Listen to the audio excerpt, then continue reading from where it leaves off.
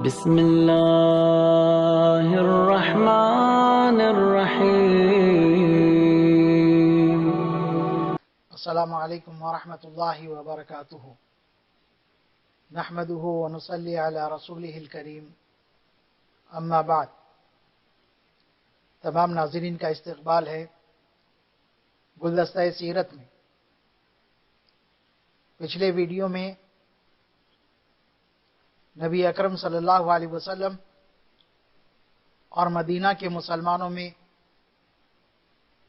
طے پائے معاہدے اور پھر اس پر بیعت کا ذکر کیا گیا تھا۔ مشرکین مکہ کو جب یقینی طور پر یہ معلوم ہو گیا کہ مدینہ والے محمد صلی اللہ علیہ وسلم کو اپنے ساتھ لے جانے والے ہیں، اور اگر محمد صلی اللہ علیہ وسلم مدینہ پہنچ گئے تو وہاں پر وہ قوت اور طاقت اکٹھا کریں گے۔ اس کے بعد مکہ والوں کے جو قافلے تجارت کے لیے شام کے لیے روانہ ہوں گے یا شام سے واپس آئیں گے، جو مدینہ کے پاس سے گزریں گے تو وہ خطرے میں پڑ جائیں گے، اور پھر یہ بھی ممکن ہے کہ محمد صلی اللہ علیہ وسلم مدینہ والوں کو اپنے ساتھ لے کر مکہ پر حملہ کر دیں گے۔ ایسی بہت ساری باتیں مشرکین مکہ کو ستانے لگی۔ اس کے بعد انہوں نے فیصلہ کیا کہ کیوں نہ محمد صلی اللہ علیہ وسلم کا کام ہی تمام کر دیا جائے، اور اس سلسلے میں قدم اٹھانے سے پہلے انہوں نے مشاورت کرنا ضروری سمجھا، اور مشورے کے لیے ان کا وہ مقام جو دار الندوہ کہلاتا تھا، جہاں پر مشورے کیے جاتے تھے، وہاں پر اکٹھا ہوئے۔ تقریباً ہر قبیلے سے کوئی نہ کوئی سردار وہاں پر پہنچا۔ ابلیس کو اطلاع ملی تو وہ بھی ایک بزرگ شخص کی شکل میں دار الندوہ پہنچ گیا۔ لوگوں نے سوال کیا کہ آپ کون ہیں؟ تو اس نے کہا کہ میں نجد کا رہنے والا ہوں، تمہارے مشورے کے بارے میں مجھے معلوم ہوا تو میں چلا آیا، شاید تمہیں کوئی مناسب مشورہ دوں گا۔ اس کے بعد انہوں نے ابلیس کو بھی اپنے مشوروں میں شامل کر لیا۔ مشورے کا آغاز ہوا تو ایک سردار نے اٹھ کر کہا کہ محمد صلی اللہ علیہ وسلم کا کیا معاملہ ہے، یہ سب کے سامنے ہے، اور یہ دن بدن ہمارے لیے خطرات پیدا کر رہے ہیں، اس لیے اس بارے میں ہمیں کچھ نہ کچھ سوچنا چاہیے۔ تو ایک شخص مشورہ دیا اور اس نے کہا کہ محمد صلی اللہ علیہ وسلم کو بیڑیاں پہنا کر ایک اندھیری کوٹری میں ہم قید کر دیں گے، اور پھر انتظار کریں گے یہاں تک کہ ان کی موت آ جائے، جیسے ہم نے اپنے پرانے شاعر زہیر اور نابغہ کے ساتھ کیا۔ تو ابلیس نے فوراً ٹوکا اور کہا کہ نہیں، یہ رائے مناسب نہیں ہے، اس لیے کہ محمد صلی اللہ علیہ وسلم کے ساتھیوں کو پتہ چلے گا تو وہ مکہ پر حملہ کر کر انہیں چھڑا کر لے جائیں گے، اس لیے یہ رائے مناسب نہیں ہے۔ ایک دوسری رائے پیش کی گئی کہ محمد صلی اللہ علیہ وسلم کو جلا وطن کر دیں گے، ہم مکہ سے نکال دیں گے، اس کے بعد ہم چین و سکون سے رہنے لگیں گے۔ تو ابلیس اس رائے پہ بھی فوراً کہنے لگا کہ نہیں، اگر تم محمد صلی اللہ علیہ وسلم کو مکہ سے نکال دیں گے تو وہ شیریں گفتگو کرنے والے اور اچھے انداز میں لوگوں سے گفتگو کرنے والے بہت سارے لوگوں کو اپنے ساتھ لے لیں گے اور پھر مکہ پر حملہ کر دیں گے، یہ رائے بھی مناسب نہیں ہے۔ اور بھی بہت ساری باتیں ہوئی۔ اس کے بعد ابو جہل اس نے کہا کہ میں ایک ایسی رائے پیش کرنا چاہتا ہوں جس کے بارے میں کسی نے نہیں سنا۔ اس کے بعد اس نے کہا کہ ہم تمام قبائل میں سے ایک ایک بہادر نوجوان کا انتخاب کریں گے اور محمد صلی اللہ علیہ وسلم پر ایک ہی دفعہ میں حملہ کر دیں گے، ان کا قتل کر دیں گے۔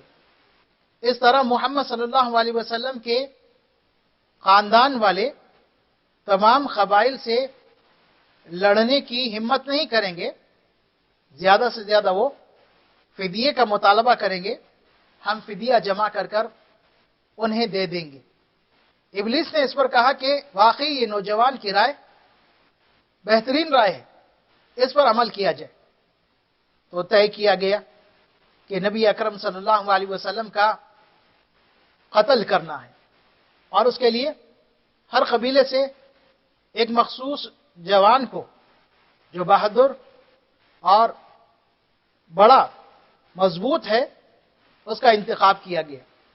ادھر اللہ تبارک و تعالی نے جبریل علیہ السلام کے ذریعے نبی اکرم صلی اللہ علیہ وسلم کو اس بات کی اطلاع دیا، اور جبریل علیہ السلام نے نبی اکرم صلی اللہ علیہ وسلم کو یہ اطلاع پہنچائی کہ اب آپ کو ہجرت کرنا ہے، ہجرت کی آپ کو اجازت دی جا رہی ہے۔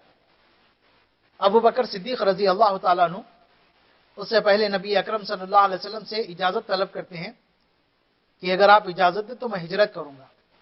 تو نبی اکرم صلی اللہ علیہ وسلم نے انہیں روکا تھا، اور آپ نے فرمایا تھا کہ مجھے امید ہے کہ اللہ تبارک و تعالیٰ مجھے بھی ہجرت کی اجازت دے گا۔ تو ابو بکر صدیق رضی اللہ تعالیٰ عنہ نے کہا تھا کہ اللہ کے رسول کیا میرا ساتھ بھی ہوگا؟ تو آپ صلی اللہ علیہ وسلم نے کہا کہ امید ہے کہ تمہارا ساتھ بھی ہوگا۔ اس پر ابو بکر صدیق رضی اللہ تعالیٰ عنہ خوشی سے رونے لگے۔ حضرت عائشہ صدیقہ رضی اللہ تعالیٰ عنہ بیان کرتی ہیں کہ اللہ کے رسول صلی اللہ علیہ وسلم عموماً ہمارے گھر صبح یا شام تشریف لاتے تھے، لیکن اس دن نبی اکرم صلی اللہ علیہ وسلم دوپہر میں کڑی دھوپ میں ہمارے گھر کی طرف آئے۔ تو کسی نے ابو بکر صدیق رضی اللہ عنہ کو اطلاع دی کہ اللہ کے رسول صلی اللہ علیہ وسلم آ رہے ہیں۔ تو ابو بکر صدیق رضی اللہ تعالیٰ عنہ نے کہا کہ یقیناً نبی اکرم صلی اللہ علیہ وسلم اس وقت کوئی خاص وجہ سے آ رہے ہیں۔ جب اللہ کے رسول ابو بکر صدیق کے پاس پہنچے تو ان سے کہا کہ جو بھی لوگ ہیں انہیں یہاں سے نکال دو۔ تو ابو بکر صدیق نے کہا کہ اللہ کے رسول یہ آپ ہی کے گھر والے ہیں۔ تو اس کے بعد اللہ کے رسول صلی اللہ علیہ وسلم نے فرمایا کہ ابو بکر مجھے ہجرت کی اجازت دی گئی۔ تو ابو بکر صدیق رضی اللہ تعالیٰ عنہ جو نبی اکرم صلی اللہ علیہ وسلم سے ہجرت کی اجازت طلب کی تھی اور اللہ کے رسول نے انہیں روکا تھا، تو آپ کا ساتھ دینے کی انہیں امید ہوئی تھی۔ اس وقت سے ہی انہوں نے 2 اونٹنیوں کو خریدا اور انہیں اچھی طرح تیار کر رکھا تھا، چارہ وغیرہ کھلا کر۔ تو ابو بکر صدیق نے درخواست کی کہ اللہ کے رسول ایک اونٹنی آپ لے لیں، ایک اونٹنی میرے پاس رہے گی۔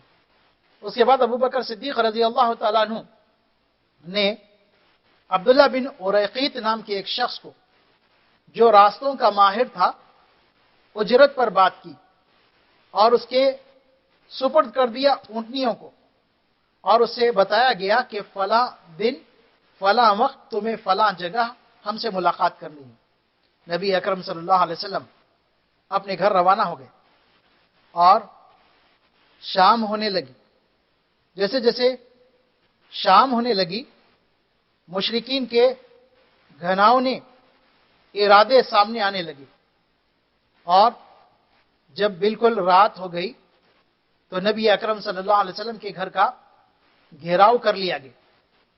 جبریل کے کہنے پر آپ صلی اللہ علیہ وسلم نے حضرت علی رضی اللہ عنہ سے کہا کہ تم میرے بستر پر یہ حضرمی چادر اوڑھ کر سوئے رہو، تمہیں کوئی تکلیف نہیں پہنچے گی، اور پھر چند دن بعد لوگوں کی جو امانت میرے پاس ہے وہ انہیں پہنچا کر مدینہ آ جانا۔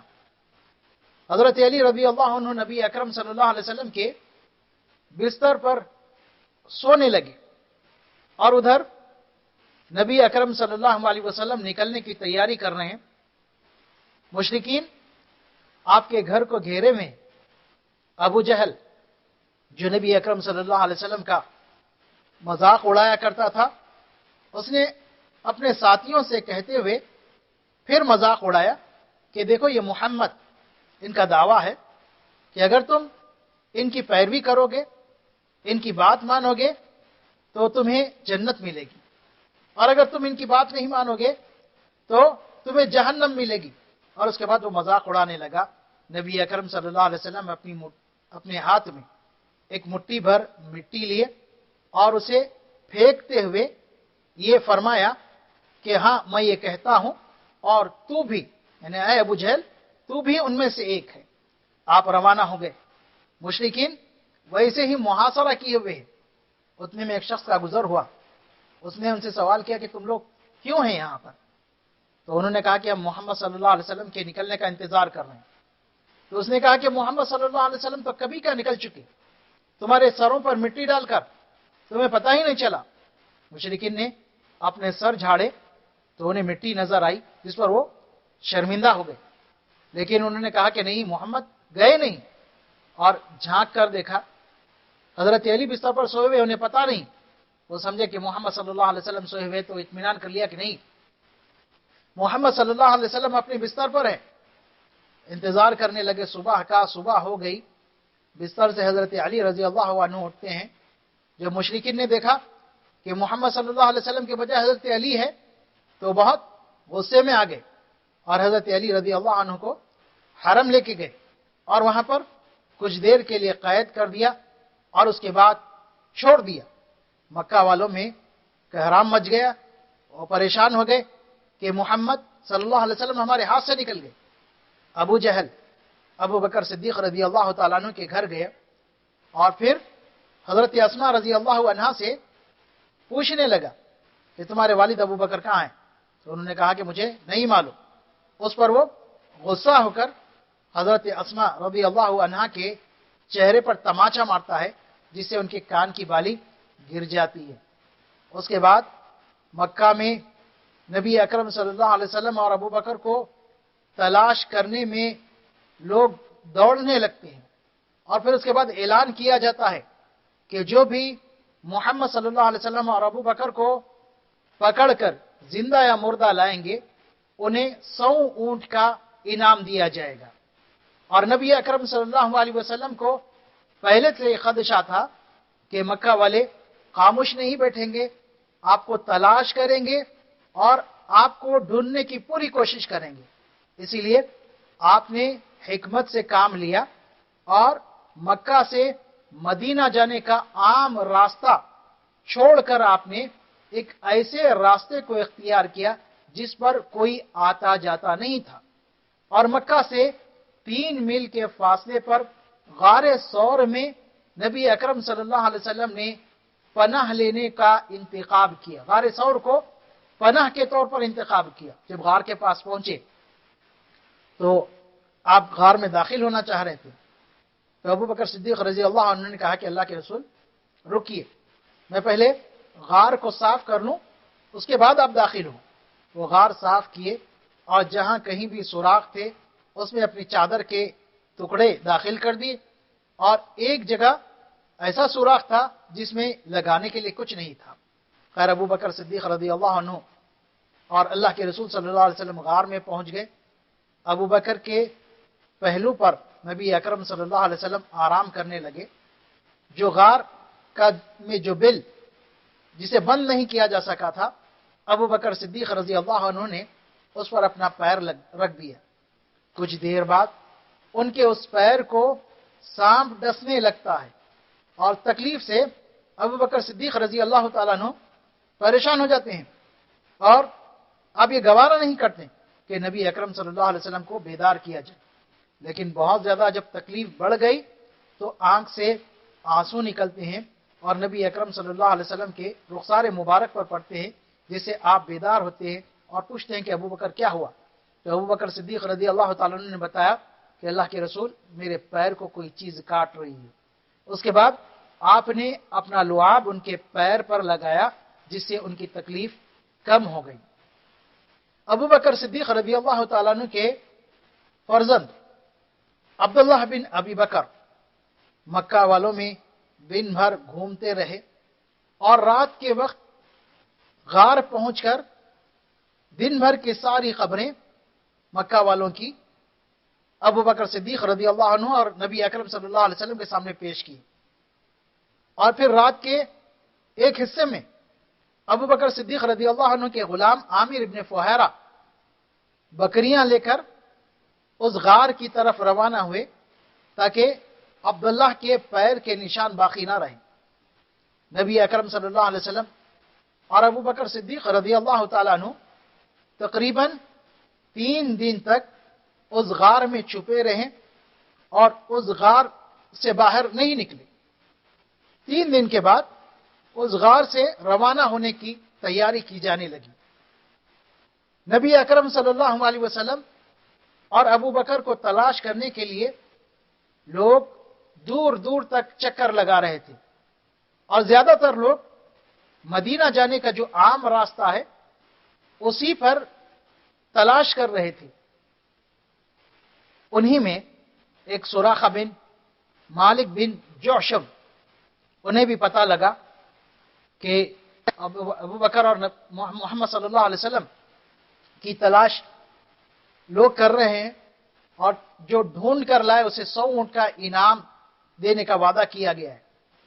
تو وہ بھی وہاں سے اللہ کے رسول صلی اللہ علیہ وسلم اور ابو بکر کو تلاش کرنے کے لیے نکلتے ہیں۔ تھک ہار کر واپس آ کر اپنی مجلس میں بیٹھ جاتے ہیں تو ایک شخص وہاں سے گزرتے ہوئے کہتا ہے کہ میں نے کچھ لوگوں کو دیکھا جو جا رہے تھے، سفید کپڑوں میں تھے، حلیہ بتایا۔ تو سراقہ بن مالک نے کہا کہ یقیناً یہ محمد صلی اللہ علیہ وسلم اور ابو بکر ہے، میں نے اپنے دل میں یقین کر لیا۔ تو وہ کہتے ہیں کہ میں نے اس شخص کو ٹال دیا نہیں کہ وہ تو یہاں سے گئے ہیں، ابھی وہ لوگ نہیں ہوتے۔ اس کے بعد خاموشی سے میں وہاں سے نکلا اور اپنی لونڈی سے کہا کہ خاموشی سے میرا گھوڑا اور میری ہتھیار لے کر وادی کے پیچھے آنا، اور وہاں سے وہ اپنا گھوڑا اور ہتھیار لے کر نبی اکرم اور ابو بکر صدیق رضی اللہ عنہ کے تلاش میں نکلے۔ اللہ کے رسول صلی اللہ علیہ وسلم، ابو بکر صدیق رضی اللہ عنہ، عامر ابن فہیرہ اور چوتھا آدمی راستہ بتانے والا، یہ مختصر سا قافلہ مدینہ کی طرف روانہ ہے۔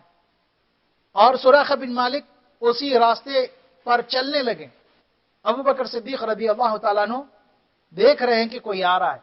جب قریب پہنچے تو ابو بکر نے اللہ کے رسول سے کہا کہ اللہ کے رسول، دشمن ہمارے سر پر ہیں۔